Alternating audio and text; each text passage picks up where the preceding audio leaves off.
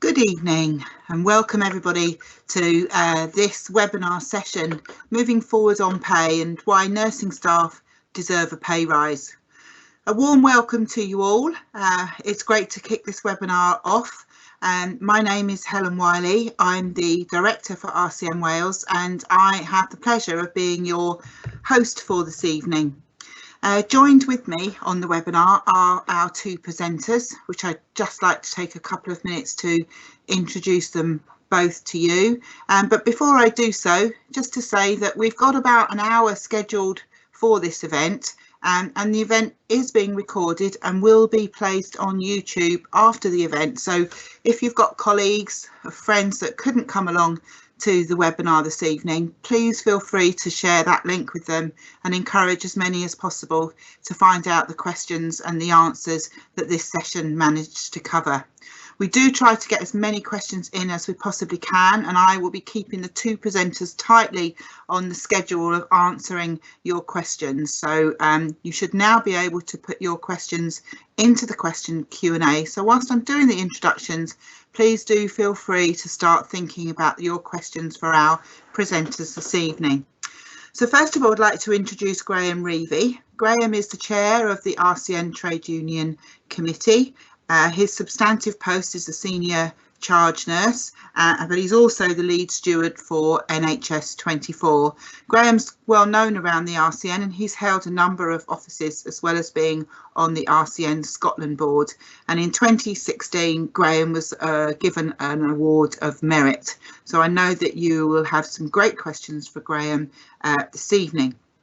Alongside Graham is one of his colleagues from the Trade Union Committee, Jenny Watts, and Jenny has been on the committee for a little while now.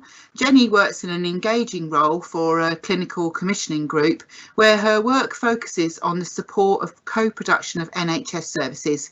Jenny's a registered adult and children's nurse and is also a qualified health visitor. She's previously been an RCN steward and is now an RCN learning rep and currently the chair of the Devon branch. So as we're waiting for those first questions to come in, I know that Graham does want to say just a few words of introduction in his role as the chair of the Trade Union Committee. So over to you, Graham. But listen, folks, no, I really appreciate people taking the time out tonight again to come and join us for the webinar. I think that it's important that we keep reinforcing a lot of the messages that we're trying to bring forward. And if this is your first time on the webinar, please take the opportunity to ask some questions. I'd like to sort of change the focus of the webinar, you know, to actually get us into more of a campaign footing and to understand what campaigning is going to look like and to maybe even put your ideas in the chat and we can have that sort of discussion around what that's going to be, because we know we've got a long way ahead of us in relation to NHS pay. But not only a long way ahead of us in relation to NHS pay, but actually for nursing pay in general, because that's what we're looking at in this entirety of this campaign. One element is NHS, but there are many other elements and many other strings that we need to keep going because the campaign is fair pay for nursing. So with that, I'm going to hand over to Helen and get her to start torturing me with your questions, as I know she likes to do, almost as if it's like getting her own back, because I torture her with questions at the Trade Union Committee. You know, with that, I'll shut up, Helen, until you ask me a question, and then I'll try and be as succinct as I can. Thank you, Graham. You know, it's always a pleasure to work in partnership with the Trade Union Committee. You're being a bit quiet this evening, audience, so come on, let's see some questions coming in. And whilst we wait for that, I'm going to ask you one of my own.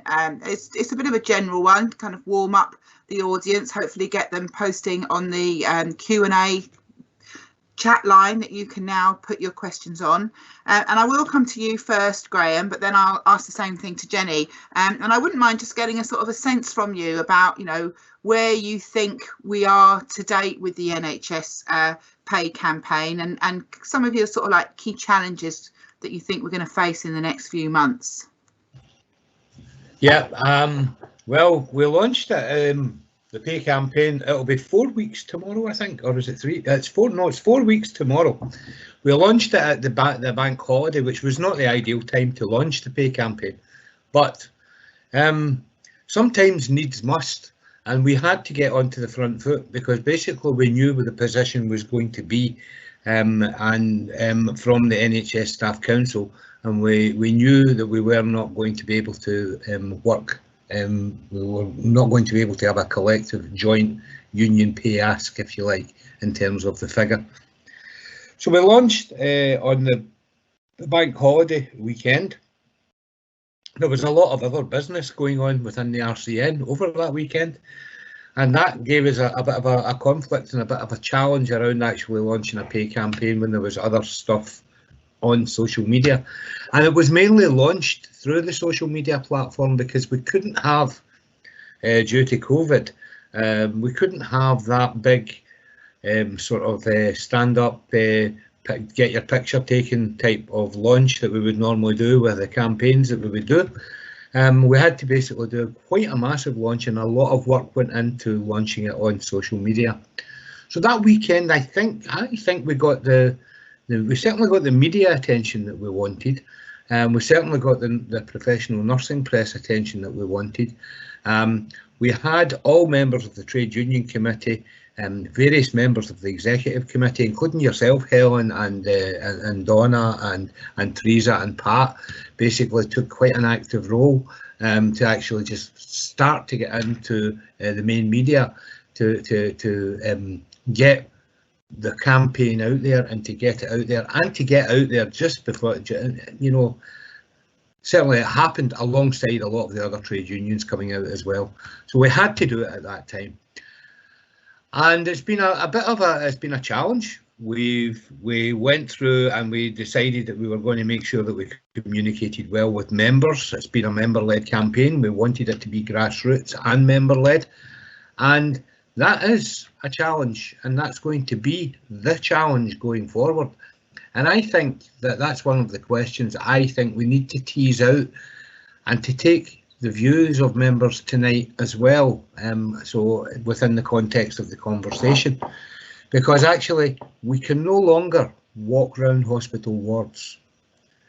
We can no longer walk through the different communities. We can't even engage with the pub. We can't even go for a pint in the same groups that we have before. So our work circle and our circle of influence has been constricted, if that's what we mean by the physical space that we're working in. Our circle of influence in our professional field, our circle of influence in our personal, where we're actually cajoling family and friends, that's been curtailed as well.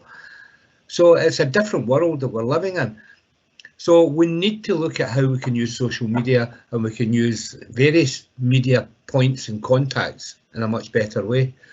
So going forward, I think that's one of the things that I would like to discuss a little bit more.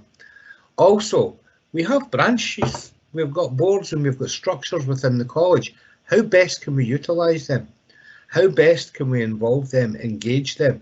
Because the branches should have the nearest point of contact with workplaces. And we need to get this to be a member-led campaign.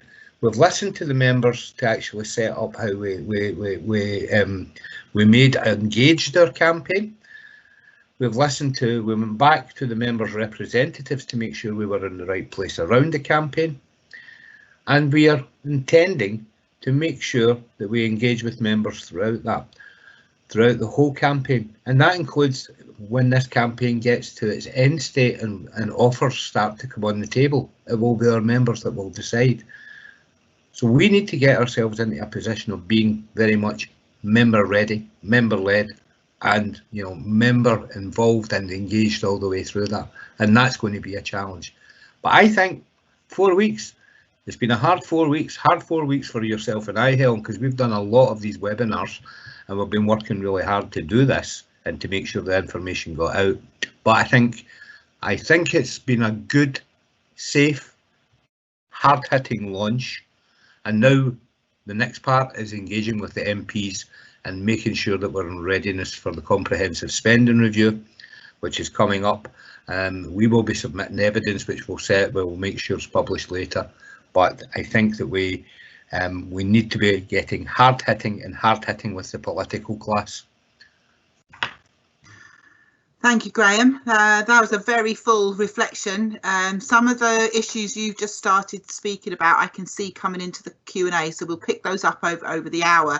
But Jenny, if I can just turn to you, and if you remember, my question was sort of your general reflections on where you think we are with the NHS pay campaign, and any sort of key challenges or milestones over the next few weeks and months that you'd like to just point out.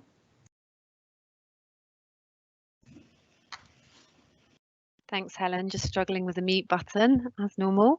So my main reflection of where we're up to is, I think where we're up to is on social media, because for a lot of us who are working and have got lots going on, what we see is what's on social media. And one of the things I really wanted to point out was the video campaign we've been running. And I think what it's done is that we've asked members of the RCN basically to record themselves and the reasons they think nurses deserve a fair pay rise. And I think it's been really powerful hearing from individuals, and there's been quite a wide range of different types of people that have spoken, and they've spoken about many different things. And I think that's been powerful, and I'm really hoping that we see more of that.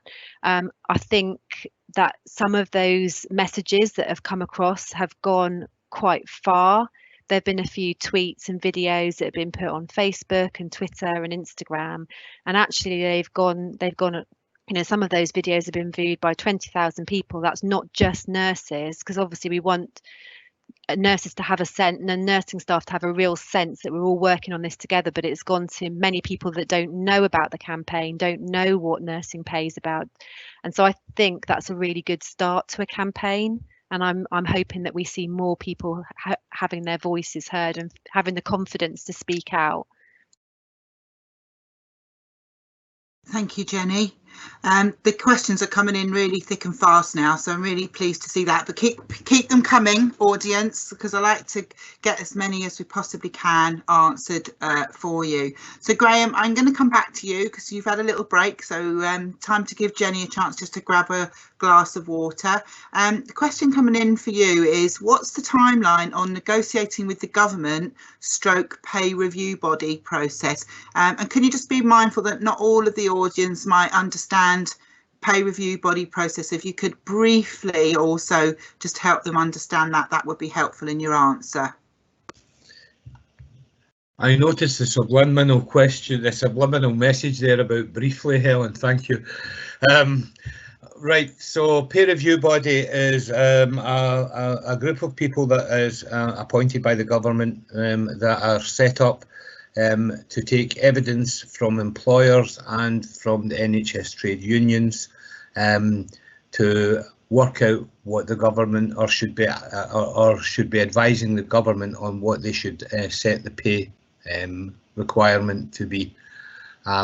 The peer review body process normally starts in the autumn and works its way through to the spring. The autumn is a period where the general staff side of the NHS trade unions submit joint evidence, but also each individual trade union will submit evidence, the employers will submit evidence, and the Department of Health will submit evidence, and that is all submitted to the government, who then advise on what the peer review body recommendation is on pay. That's been the mechanism that has been mainly used for the last 20 odd years actually within the NHS, except in the 2018 deal, where we stepped outside of that and negotiated a different deal, and that was where the deal was negotiated by the 14 trade unions, accepted by 13 of those trade unions, and that was a deal which was the 3-year deal that people will talk about.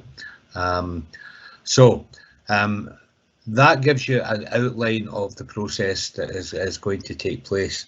The government hasn't officially told us that they will use the peer review body process, but all indications are that that's what they have intimated that they're going to do.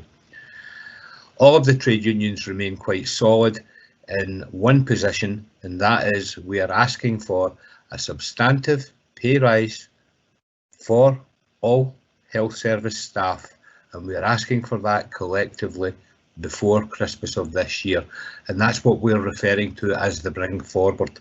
So that's bringing forward the award of the 2021/22 pay deal till December of this year.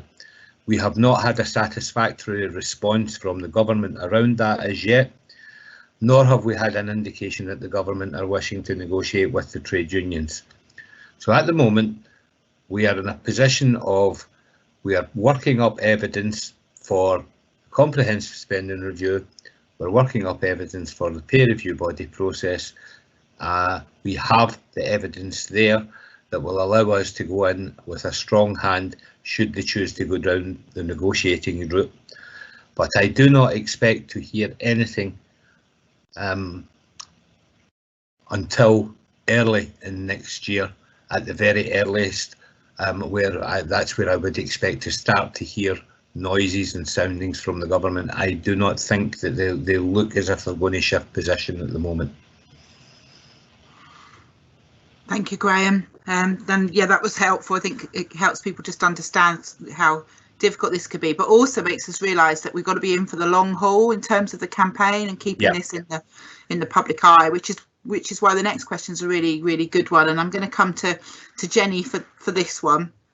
So the question, it's got a few facets to it, Jenny, but I can go back to any of them any time if you need me to. So the question is asking, what's our campaign strategy, linking in with MPs, articles, adverts in the papers, demos, etc. ?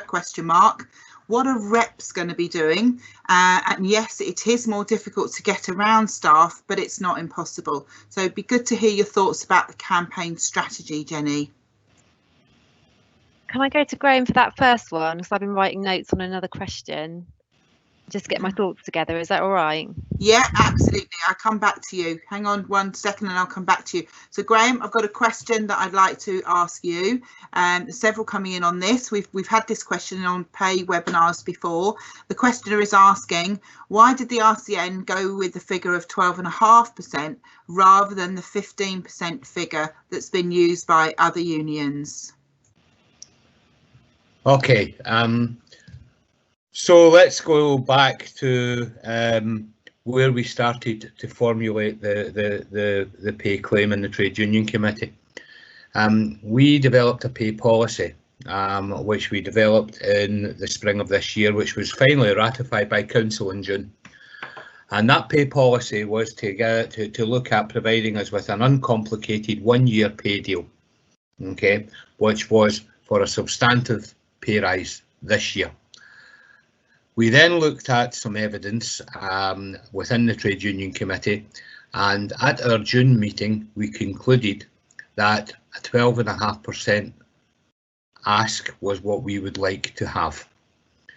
That was based on the survey that we got from our members. 42,000 members returned that survey. Of those 42,000, 28,000 were from the NHS.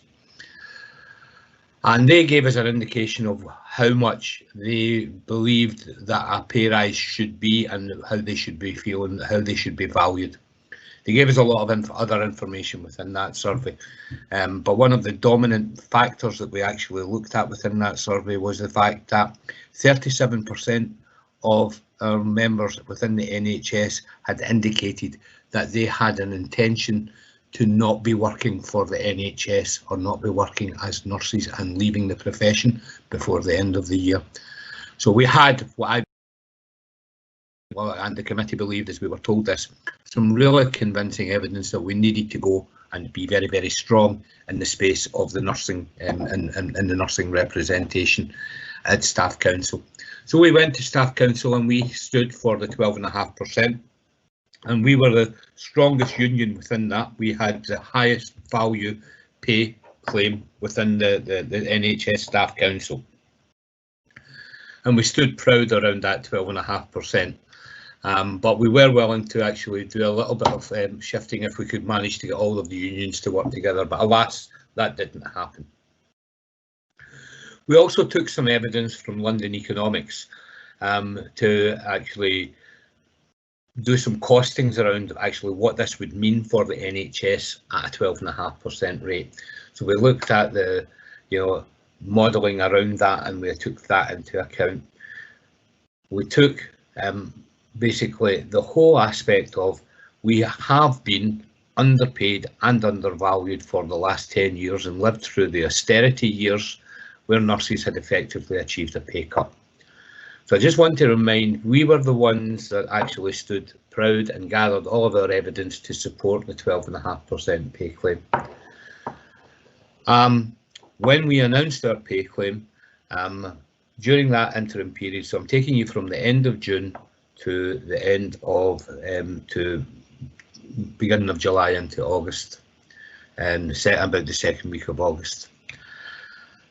And we had some movement and some grassroots movement, and that grassroots movement started to call for initially for a 10% pay increase, and then that increased to a 15% increase. But all of the other trade unions were in a different position to that within the staff council.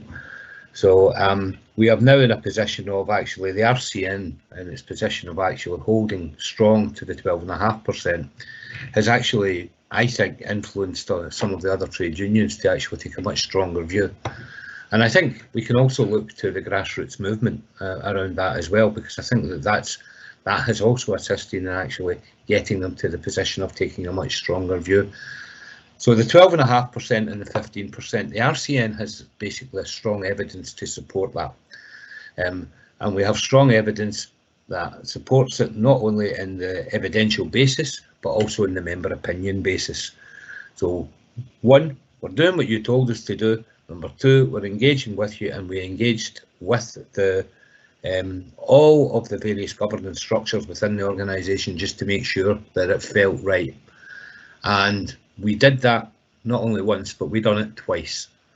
So I'm very comfortable around our ask of 12.5%. And I am very comfortable to campaign alongside anyone that's asking for a substantive pay rise for nursing. Thank you, Graham. There's a couple of questions on that, which I think you have answered now, but if there's more coming up, I will come back to that issue. So if it's okay, I'm going to go back to you, Jenny, just revisit that question about the campaign strategy. So the questioner was asking, what's your campaign strategy? Linking in with MPs, articles in newspapers, demos, question, what are reps going to be doing?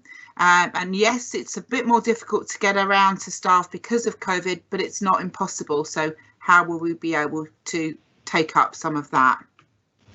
Okay, great. I'm on it now. Thanks for the question. I think initially what we need to say is the strategy is to get nursing staff's voices heard. So obviously there's lots of issues that have been raised within that, but the ultimate aim we've got to be really clear on, we're trying to get nurses and nursing staff's voices heard. So we really want to firstly shine a light on those nursing staff. We want to shine a light on the predicament that people have been experiencing under austerity for the last 10 years plus. And we want to shine a light on what people have experienced with the pandemic, the personal stories and the sacrifices that people have made. I think there are loads of ways we can do that. We have talked about getting people's voices through the videos, but undoubtedly we've got to have other ways that we get those messages across. And as an organisation, we've got to use the power that we've got to reach the people who are in power. So absolutely, we've got to use not just our MPs, but other types of politicians and other influencers. So I think one of the things we've seen on social media is the use of other people who are very influential in our campaign that have got behind our campaign. And I think one of the strategies we need to use is just to keep going with that. So use all the power that we've got. The next question is what reps are going to be doing. Our representatives are going to be doing the same as we're asking our members to do. Our representatives are an extremely important part of our organisation. They're the lifeblood of the organisation, But undoubtedly, this is a huge ask for us as an organisation, and we're going to need every member to buy into it, and every member to act and take some action and do something for it. One of the things I think will be really important for members and our representatives is making the most, and Graham's already said it, but I don't think we can say it enough, to be honest, is making the most of our local branches. So I'm a local branch chair. I've been doing branch work for years. I cover an area that's basically the whole of Devon. It's the 4th largest county in England. It's huge.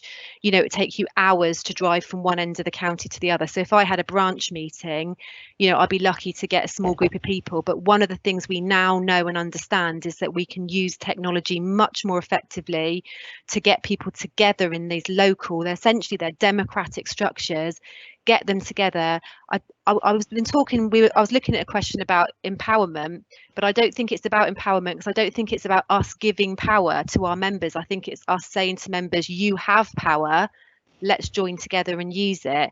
But honestly, that's a huge question, and I'm sure the list is endless with other things that we're going to be doing, but I think that's a good start if we summarise it by saying we're going to try and get nurses' voices heard and put a spotlight on what they've experienced under austerity in the last 10 years and the sacrifices they've made in a pandemic. Thank you, Jenny. And I know I, for one, have been watching members doing videos to their MPs, and some of them have said some of those things really powerfully. But again, the more that we can have doing that, the better. I thought your line there about, you know, members have got power was really, really touched a string for me about actually we can get our members to see that, then we will empower them to speak up a lot more. Graham, I'm going to come to you next. The question here is why isn't it possible to have a joint union voice with other unions? I know this is one dear to your heart. I wonder how that is, Helen. I think we have, honestly, we have got a joint union voice. We have got a joint union voice around actually an early substantive pay rise before Christmas. We have got different perspectives on that. We believe that, and the RCN believes, and the Trade Union Committee believes, and we've checked it out with all the governance structures, that actually we need to stand proud for nursing and to actually give an award, a pay award, that actually reflects the complexity of the job that everyone does, that reflects the complexity of the role, reflects the responsibility that everyone carries, and reflects that just how difficult it bloody is to actually do the job that we do. So, you know, in that respect, the RCN have made that pay claim based on that, and obviously on what our members said. The other unions have got different perspectives on that, and they have different staff groupings. We are the only voice within the NHS Staff Council that has our total voice is nursing, and it is nurses. That's where our voice comes from, and that's where our strength comes from. So we have to stand up and we have to be proud of what we're asking for nursing. The other trade unions are, the GMB, Unite, Unison, they're much bigger trade unions and have a lot more variances in the skills and the people that they look after. The larger trade unions have a dominance in lower paid workers and in the lower bandings. But we as nurses have had our bandings, our 5, 6 and 7s in particular. That whole thing has been compressed over the years by looking after the lower paid workers. Now, I have no objection to looking after, and in fact, as a socialist myself, it's really important that we do look after the low paid, but we don't need to look after the low paid at the expense of the professions. We're a graduate profession. People go to universities to qualify as a nurse, and we're the lowest paid graduate profession in the whole country. That is wrong. We need to get the standing of nursing up, and actually the professional esteem of nursing up, and our nurses need to feel valued. not only by the public who stand clapping every night, every Thursday night, but actually by the, I'm going to nearly swore there, by the buggers that need to actually pay us, by the government. They don't value us. They have yet to demonstrate it. They said they would, but they have not done it. They have yet to demonstrate that they value nursing and they value the contribution that nurses make. So I make no apologies for standing firm for nursing and the evidence that we've got. The trade unions are in different positions, and I can't justify what the other unions are doing and what their positions are. But what I do know is that my trade union committee, with me and alongside all of the governance structures, are fully supportive of the 12.5% that we set. Thank you, Graham. Lots of passion there for the campaign and the importance of the government valuing nursing. So this question kind of fits quite neatly into that, and I'm going to ask it to Jenny. And the questioner is asking, how do we maintain public confidence and support for a pay rise at a time when so many people are losing their jobs? I think the first thing we need to say is that we really need to understand that the public support is going to be really, really important for us as a profession. And I do think it's something we do need to work on. We need to take it very seriously, because that's going to be helping us to get the people who, the decision makers, that's going to be a big part of our campaign. So I think it is a really good question. One thing I found out recently is in the UK, here in the UK, for the last 4 years, that nursing has been voted as the most trusted profession. So I do think we've got a really good starting place. I understand we had a lot of support in the pandemic as well with the clapping, but I think it goes back further, and we need to claim that as a profession. We are trusted and we are supported. That is our starting place. But obviously we have to operate in the context of what other people are experiencing and what other people in society are going through. We have to be sensitive to that. There are one thing I think we really need to do, and we keep coming back to it, but we need to tell our story. And there are 2 parts of that I wanted to talk about. The first thing we need to tell about our story is the context. We have to be really crystal clear about how the impact of austerity and pay caps have affected us as individuals. I'm on a band 5 salary. Lots of my colleagues are. I wonder how many people realise the decisions that makes if you're the main wage earner in your home. So, for example, am I going to go on holiday this year? This is kind of stories we need people to understand. These are the kind of decisions that families are actually making when they're working in nursing. We also need to give the context, and there was a really good report by the King's Fund for the RCM Foundation about the conditions that we're working in. So not only are we making those decisions, but many of our colleagues are going to work and they are completely short-staffed and getting burnt out. It's not moaning, it's giving the context of our story. The next thing we need to do about our story, I think, is really highlight, and Graham said it as well, and we say it all the time, we need to highlight our value and we need to highlight the positivity within the nursing profession. So, for example, a lot of people do understand the efforts within the pandemic, not only that we are kind and compassionate, but we need people to understand that being kind and being compassionate are very skilled, difficult jobs when you're working in those highly critical areas. We also need to be very clear with people what a safety critical profession we are and the high level of technical skills that nurses have. That's a story that we do need to keep telling people. We also need to remove the narrative from just around the hospital, because throughout the pandemic, before the pandemic, and for years after the pandemic, nurses are operating at a highly skilled level, saving lives and keeping people well outside hospital. And that's the context of health. And we need to tell those stories about nurses in schools and the impact on young people's mental health, nurses in prisons, nurses in social care, nurses in GP practice. I just think we need to just keep telling our story, and that's very persuasive to keep the general public on board. I think a lot of people assume they know what we do and our value, but I think we just need to be better at explaining it. Yeah, a challenge thrown out to all of us, I think, Jenny, as well. Okay, Graham, I'm going to come back to you now, and just also to say that we are 35 minutes in, so we're just over the sort of halfway Mark. We've got quite a lot more questions in the question box. So this one, I'm kind of amalgamating 2 or 3 questions that have come in, and they are relating to nurses working in general practice, but also others not on Agenda for Change. And they're asking, what's the RCN going to do about those members who are not within A4C, so are obviously not covered by this NHS pay campaign that we launched 4 weeks ago. So I wonder if you could give us your thoughts on that, Graham.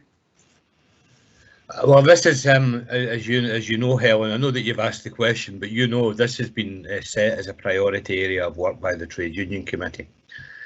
And we have asked for some quite rapid progression of work at our last meeting to make sure that the groups of staff that you're talking about, i.e. the independent sector, the universities, what we've got is a campaign, as I've said earlier in the webinar tonight.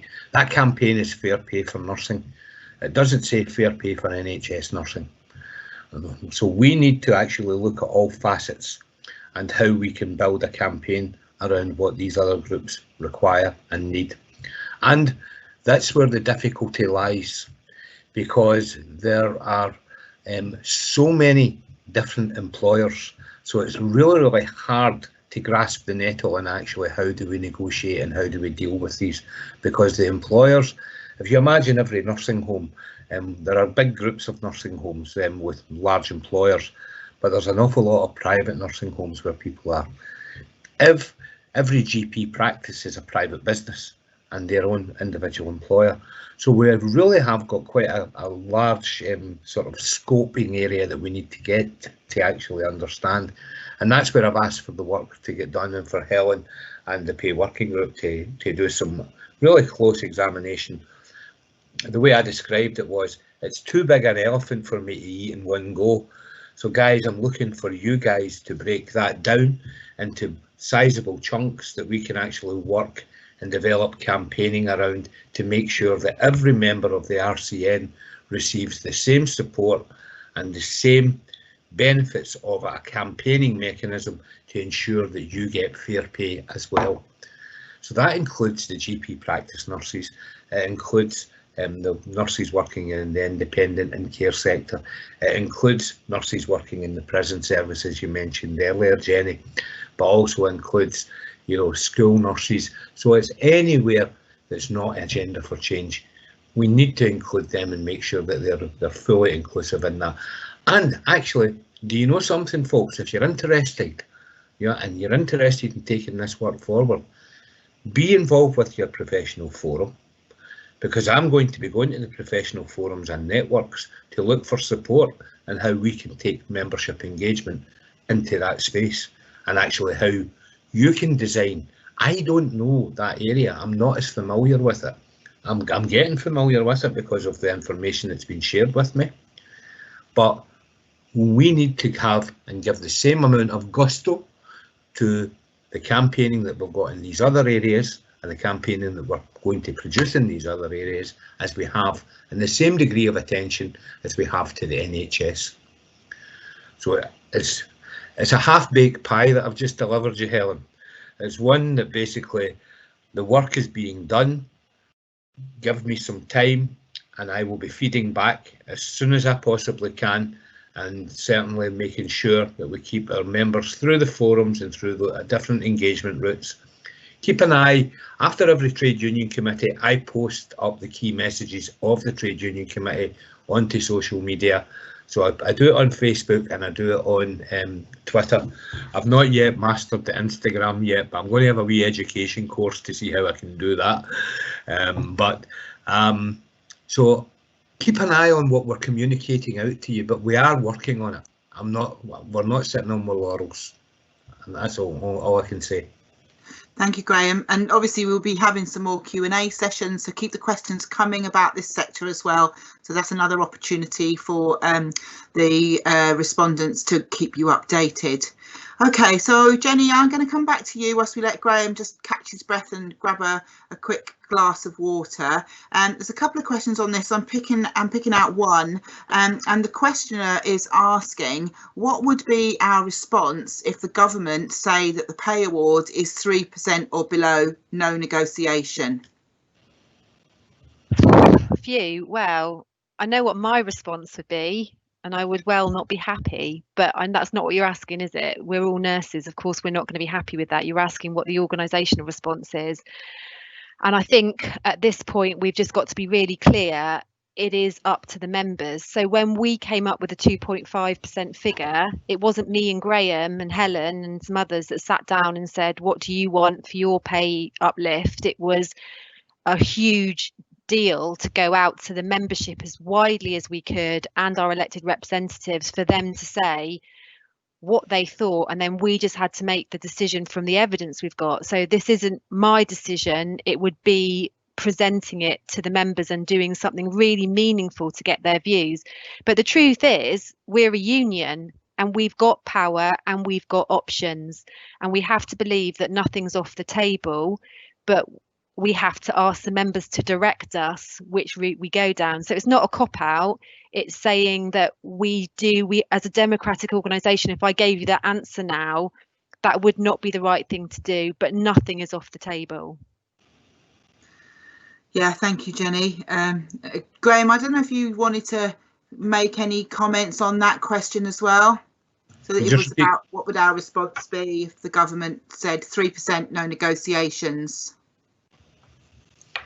I would be going back to the members and saying, you told us 12.5%, we've fought for 12.5%, the government are offering 3%, what do you want us to do about it?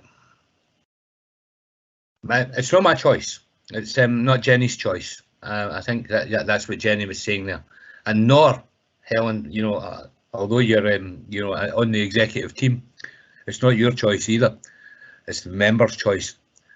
And the members will need to make that decision. But they need to make that decision in the full knowledge that if they ask us to do anything, they need to stand by that decision. And they need to stand by that decision in a context of very, very challenging trade union legislation. Very challenging trade union legislation. I would so dearly love to be able to be speaking to you tonight from a position of confidence when I could say that I could confidently go out and get the result of a ballot which was recognised under the trade union legislation, which is at an over 50% of the balloted members. I would be so pleased if I could get that. So pleased that I wouldn't care what the answer was. The fact that the members gave me the answer would be sufficient. That's what I need. I don't need the members to turn around and tell me that they want us to go into industrial action, or for the members to tell me no, they don't. What I need is for the members to tell me that they care, and they care about what happens to their pay, and they show me and demonstrate that they're caring through participating in a trade union ballot, and I don't think we're there yet. Thank you, Graham. So yeah, I'm hearing that you know, we need members to make their voices heard if something like that comes onto the table.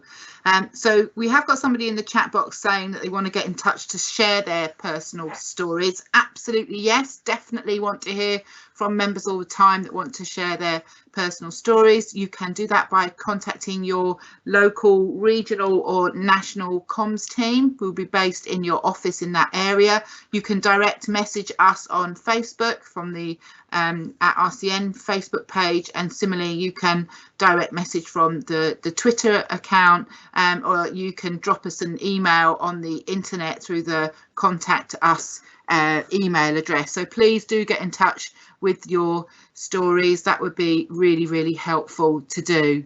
Okay, I'm going to come back to a question for you, Helen, Graham. could I just say that if people wanted that to be treated in confidence, then by all means email it to their trade union committee member. Absolutely. Yeah. Trade union committee member email addresses are on the website as well, Yep. I believe. And I should have mentioned that. That's really helpful, Graham, to do that. And of course, you've got some great examples from the Trade Union Committee on how to tell your stories. I've seen those are there on social media. So there's some really good videos to listen to if you are able to do that bit of filming. But we're more than happy to support people either in confidence or if they want to do it, giving their names, etc.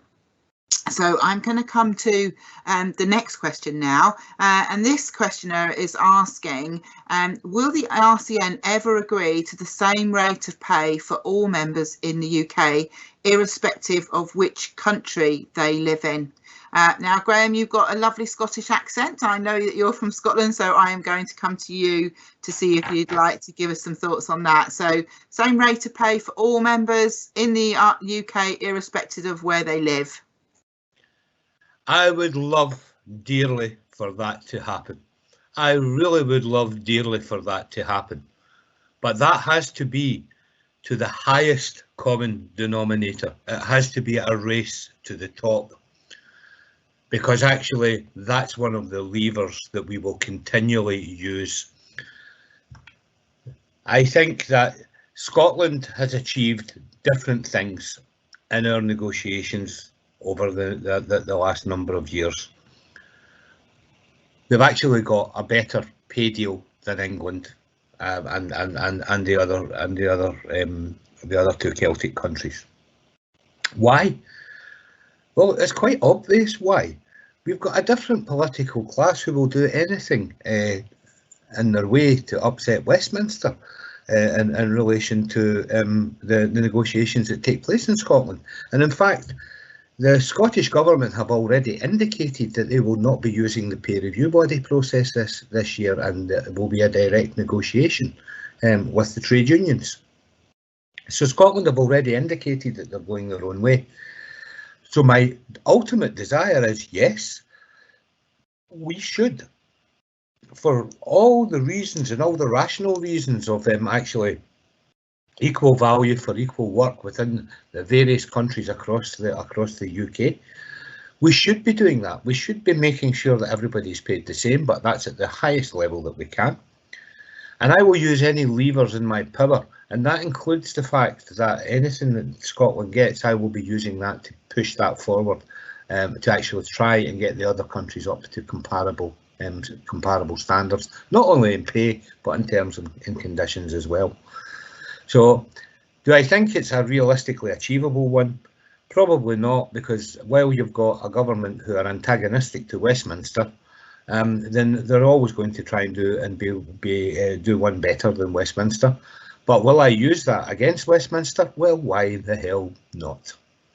That's exactly what we should be doing. We should be using all of the things. There are some things that are going on in Northern Ireland around safe staffing that would be my intention to actually use as levers within Scotland. Around Band 5 and actually the Band 5 progression, Helen. So there is stuff we need to use our strengths in all of the four countries and use these all as levers in our negotiations. So yes, we want equality of pay, we want everything to be the same, but we don't want a rush to the bottom, we want a rush to the top. Yeah, Graham, and I think what you've demonstrated there as well is the devolution aspect, and that we should remember that setting pay is down to the devolved administrations. Yes. And we could probably spend a whole webinar just talking about the Barnett formula and its consequentials and devolution and its various politics. So I thought that was a really good question, and thank you very much for that answer. Jenny, I'm going to come to you. This is a question related to the COVID-19 pandemic, and the questioner is asking, should we delay our pay request until the pandemic is far more controlled? Probably really important question, given that, you know, the second wave of COVID is feeling like it's raising very quickly and has been over the last few days. I mean, it's interesting, isn't it? Because the World Health Organization has designated this year 2020 as Year of the Nurse. So across the globe, we should be holding a spotlight over nursing this year anyway. And then I don't think any of us at the beginning, a lot of us have been planning for this year as a nurse, especially people who are nurse activists, and what that can actually mean for pay and conditions was absolutely part of it. I know there were some people that felt it was slightly more softer and about cake and badges, but it's never been about that. It's always been about valuing the nursing profession and the power we have. And I don't know if any of us expected that we would be put under the spotlight in a way that we had to rise to the challenge of a global pandemic. But in my mind, that is all the more reason for us to ask to be valued in this year. And I don't think we've ever showed more than 2020 our professionalism, how safety critical we are, and how valuable we are. So I think it's right and proper that the pay negotiations are brought forward and we ask to be recognised in this way at this time. I don't know if you want to add anything to that, Graham. No, I think that's you know, exactly where we need to be, Jerry.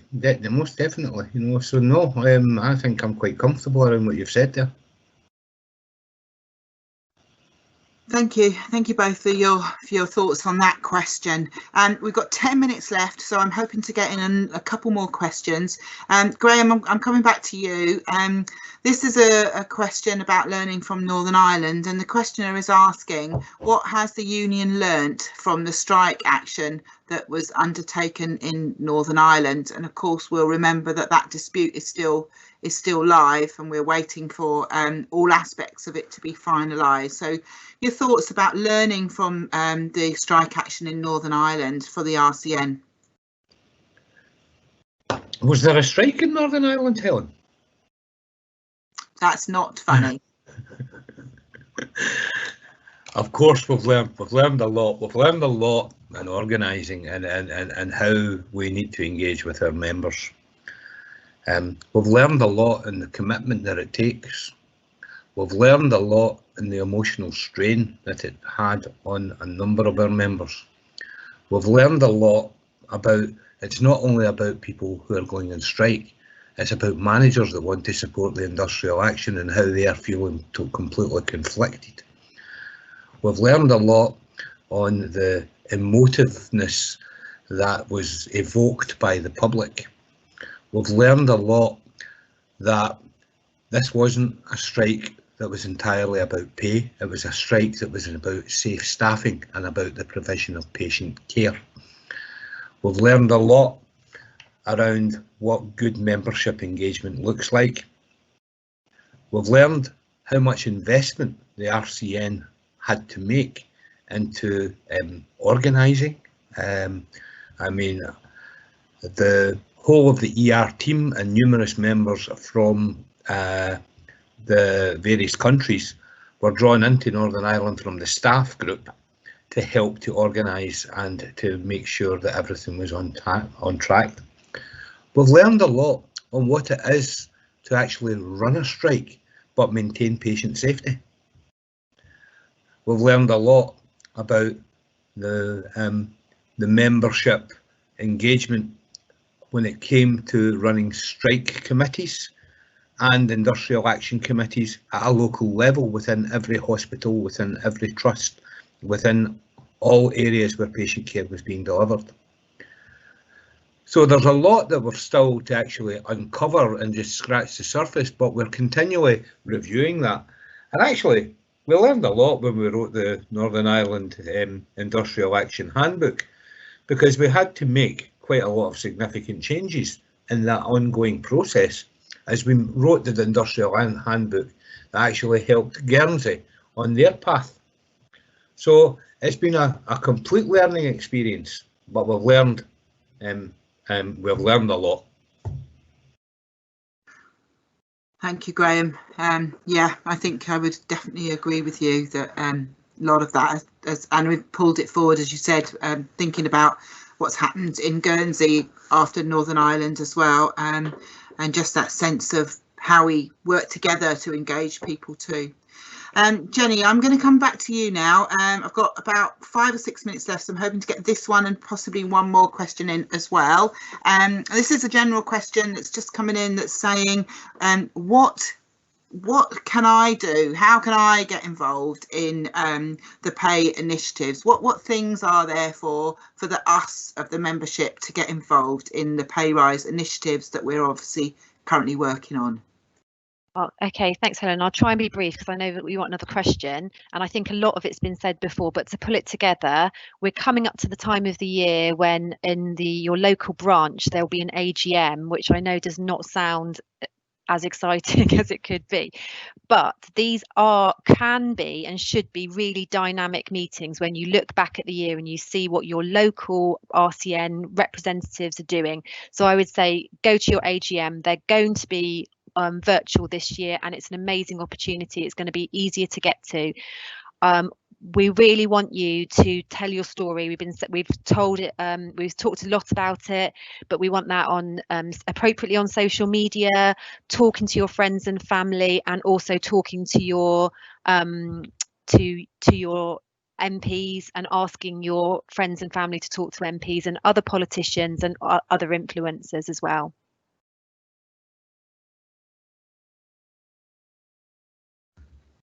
Sorry, having a little bit of a sticky mute button there.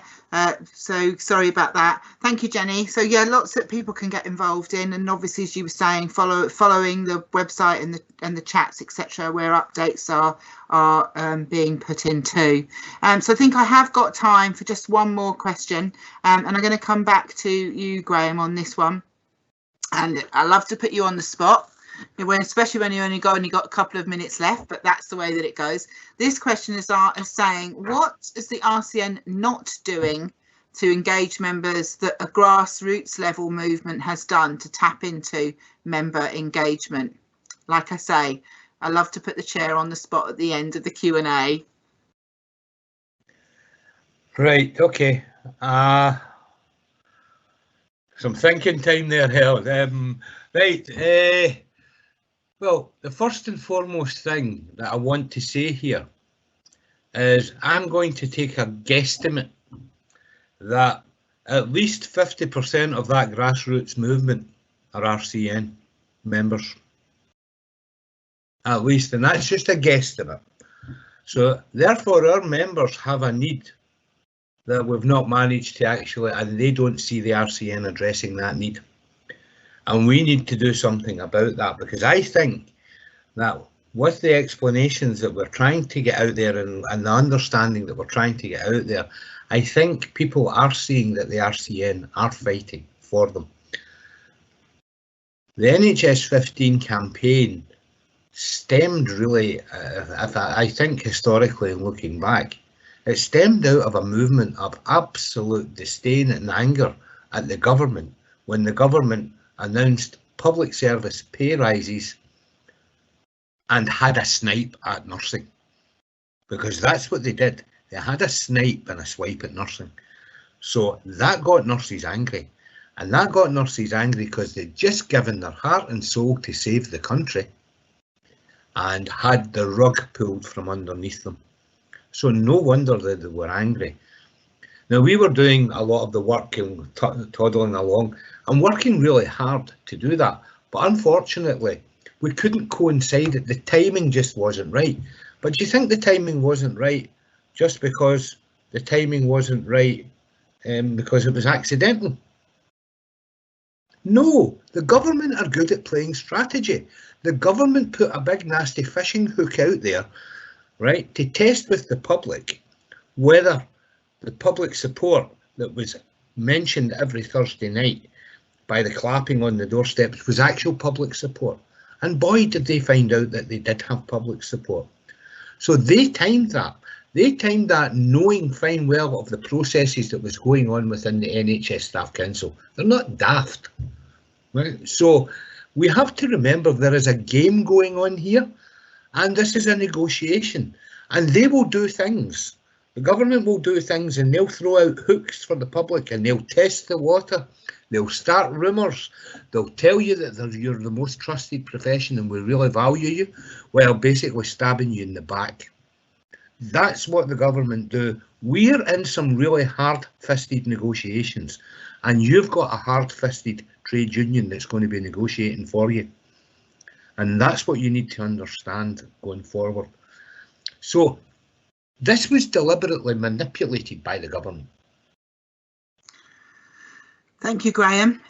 There is an anonymous in the chat box saying Graham for Prime Minister. So when you are Prime Minister, watch out, because nursing's coming for you and we expect you to value us. We've literally only got 1 minute left, so it does remain my absolute pleasure to thank our two presenters, Graham and Jenny, for their full, honest, transparent answering of the questions, which were not always easy, but you know, we genuinely are asking them what you are putting into the Q&A as best that we can. Obviously there are some times when I need to pull one or two together. Just to remind you as well that there are further events are taking place on the 12th of October and also on the 27th of October. Again, the sort of 8 to 9 slot. Details will be on the website. Please encourage your colleagues to join in, as well as to listen back to the Q&A on YouTube as they are posted. So my big thanks to you, the audience, for coming along this evening, posting your questions, the good, the bad and the ugly. We enjoyed all of them, and I think we've had a really good debate, albeit in this sort of virtual platform. So stay safe, and we look forward to seeing many of you again on the 12th of October. Thanks for joining. Bye-bye. Bye-bye.